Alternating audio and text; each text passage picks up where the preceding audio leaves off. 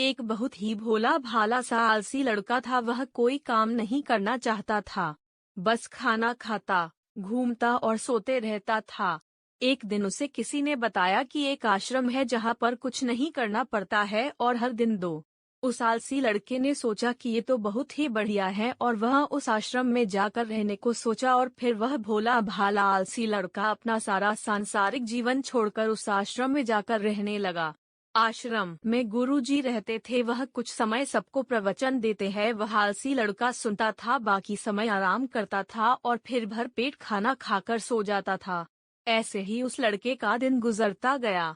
एक दिन उस आश्रम में कुछ भी नहीं बना। नाश्ते के समय नाश्ता नहीं मिला। उसने सोचा नाश्ता नहीं मिला, भोजन तो मिलेगा। अब भोजन के समय भी उसे भोजन नहीं मिला। लड़का दौड़ करके गुरुजी के पास गया और उसने पूछा कि आज भोजन क्यों नहीं बना। गुरुजी ने कहा कि बेटा, आज एकादशी है और जितने भी आश्रम के सदस्य हैं उनका उपवास है और तुम्हारा भी आज उपवास है, आज भोजन नहीं बनेगा। वह लड़का आलसी था और उसे भूख भी बहुत लगता था। उसने गुरुजी से बोल आकार की मैं उपवास नहीं रहूंगा, मुझे भूख लगी है, मैं खाना खाऊंगा। गुरुजी ने बोला ठीक है, जाओ भंडारे में से सामान लेकर के आओ और आश्रम में नहीं बाहर ले जा करके बना लो, लेकिन याद रखना भोजन बनाने के बाद सबसे पहला भोग भगवान को लगाना और फिर तुम प्रसाद पाना। वह लड़का बोला ठीक है और फिर अनाज लेकर नदी का बड़ी ई की मात्रा और पहुंचा। भोजन पकाने लगा, तैयार हुआ। उसके बाद कहने लगा कि भगवान श्री राम आइए, पधारिए, भोग लगाइए।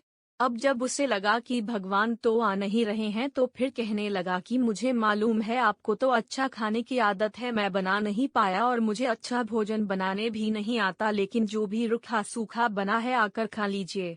भगवान श्री राम उसकी सरलता पर बहुत ही प्रसन्न हुए और उस लड़के को दर्शन दे दिए। उसने देखा कि भगवान श्री राम आए हुए हैं और उनके साथ में माता सीता भी आई हुई है, लेकिन लड़के ने सिर्फ दो लोगों के लिए ही भोजन बनाया था, एक अपने लिए और दूसरा भगवान के लिए। और अब क्योंकि भगवान के साथ माता सीता भी आई हुई थी तो उसने उस भोजन को माता सीता और भगवान के सामने ग्रहण करने के लिए रख दिया।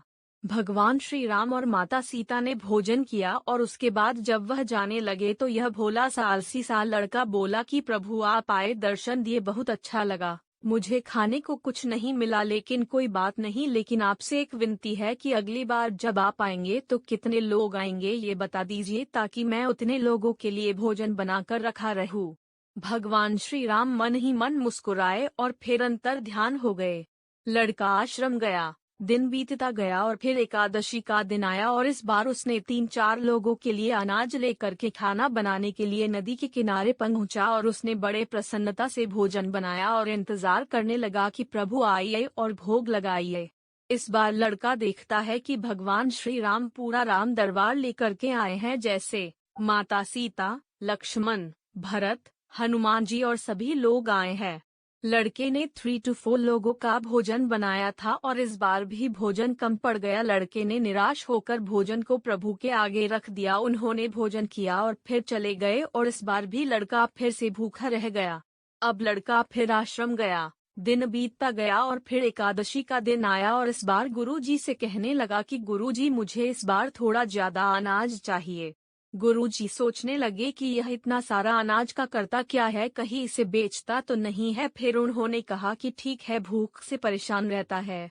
लड़के ने कहा कि नहीं गुरुजी, मैं भूख से परेशान नहीं रहता हूँ, प्रभु के साथ बहुत लोग आते हैं, उनको भी तो भोजन करना पड़ता है। गुरुजी को लगा कि लड़का पागल हो गया है, लेकिन गुरुजी ने सोचा कि चलो एक बार चलकर देखते ही कि लड़का इस अनाज का करता क्या है। वह भोला सा लड़का अनाज लेकर के नदी के किनारे पहुंचा और इस बार भोजन बनाया नहीं। उसने सोचा कि प्रभु हर बार ज्यादा लोगों को लेकर के आते हैं, इस बार वह जितने भी आएंगे खुद बना करके भोग लगा लेंगे और फिर प्रेम से प्रभु को बुलाने लगा। गुरुजी ये सब छुप कर देख रहे थे कि ये भोजन तो बनाया नहीं और प्रभु को बुला रहा है, लेकिन लड़के ने देखा कि इस बार प्रभु के साथ बहुत से लोग आए हुए हैं तो उसने प्रभु के सामने हाथ जोड़ करके कहा कि प्रभु माफ करना, आप बहुत सारे लोग आते हो, मुझे संख्या पता नहीं होती है और मेरी हिम्मत भी नहीं होती है कि इतने सारे लोगों के लिए भोजन बनाऊं। आप स्वयं आइए, बनाइए, खाइए और भोग लगाइए। प्रभु मुस्कुराते हैं और अपने साथ आए सभी लोगों के साथ मिल करके भोजन बनाते हैं। गुरुजी ये सब छुप करके देखते हैं और फिर लड़के के पास आकर के कहते हैं कि तुम ये कर क्या रहे हो। लड़का कहता है कि गुरुजी आपको दिख नहीं रहा है कि भगवान श्री राम पधार चुके हैं, माँ सीता आई हुई है, हनुमान जी आए हैं और भी सभी लोग आए हुए हैं, भोजन बन रहा है। गुरुजी ने बोला कि पागल हो गया है, मुझे तो कोई दिख नहीं रहा है। लड़का गुस्सा हो गया और बोला प्रभु आप ये क्या कर रहे हो, एक तो मुझे भूखा रखा है और गुरुजी को दर्शन नहीं दे रहे हो, जो मुझे पागल समझ रहे हैं, कृपा करके गुरुजी को दिख जाओ। भगवान बोले नहीं मैं इन्हें नहीं दिख सकता। लड़का बोला क्यों नहीं दिख सकते, मेरे गुरुजी तो बहुत महान है, बहुत बड़े ज्ञानी और ज्ञाता है। भगवान बोले हाँ ज्ञानी और ज्ञाता होंगे लेकिन तुम्हारी तरह सरल नहीं है। जो सरलता तुम में है वो तुम्हारे गुरुजी में नहीं है। लड़के ने ये बात गुरुजी से कह दी कि भगवान श्री राम कह रहे हैं कि आप में सरलता नहीं है, आप मेरी तरह सरल नहीं है, इसलिए आपको नहीं दिख सकते। गुरुजी की आंखें नम हो गई और रोने लगे कि और बोले कि बिल्कुल सही कहा, मेरे अंदर तुम्हारे जितना सरलता नहीं है, और फिर माफी मांगने लगे। फिर भगवान ने गुरुजी को भी दर्शन दिए। ये कहानी हमें सिखाती है कि जीवन में सरलता सबसे आवश्यक है, जितने सरल बने रहेंगे उतना जीवन में आगे बढ़ते चले जाएंगे। जब आप सरल होते हैं तो आप खुद भी मुस्कुराते हैं और दूसरों को भी मुस्कुराने की वजह देते हैं।